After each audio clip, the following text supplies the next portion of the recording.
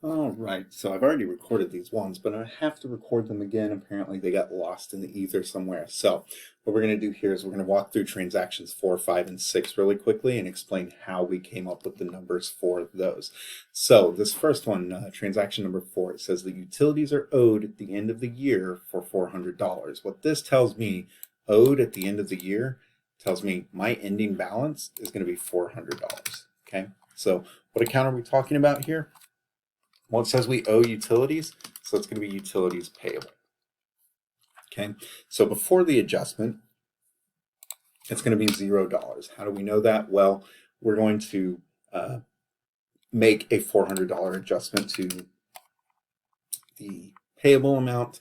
So how do we get 400 to be our ending balance? Remember, the ending balance in the account is simply all of the additions and minus all of the deductions to that account.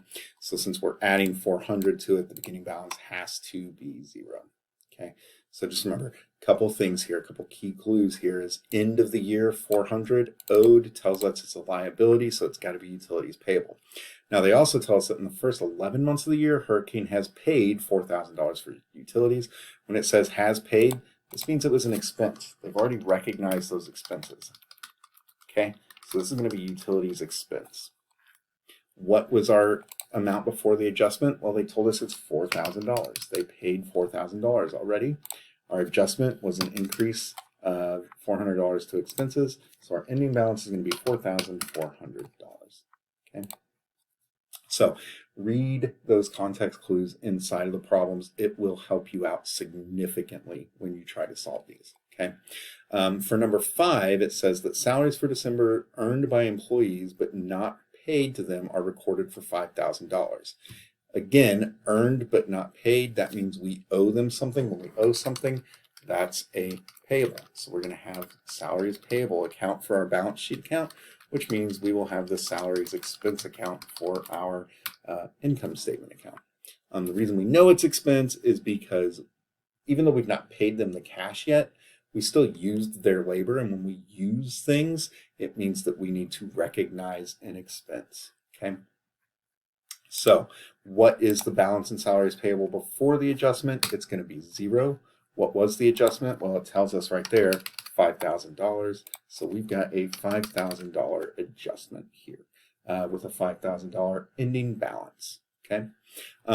Here for salaries expense, it tells us again they have paid $45,000 for salaries already. So our starting is going to be $45,000. We're going to increase that by $5,000, which means our ending balance and salaries expense is going to be $50,000. Okay. So again, just pick out those key terms. The problem is going to tell you exactly what you need to do. You've just got to pick out the terms. Okay. The final one here, number 6, tells us that Hurricane began the year with $500 in supplies. That is your beginning balance in supplies. So you started with $500. During the year, you purchased $2,500 worth of supplies. Okay. At the end of the year, you have $600 remaining on hand. When you see terms like remain on hand, that means that is the ending balance. So you have $600 of supplies left at the end of the year. What this means is that at some point, you took that $3,000 that you had, the $500 beginning plus $2,500 purchase, and you used some amount of those that left you with $600. Okay.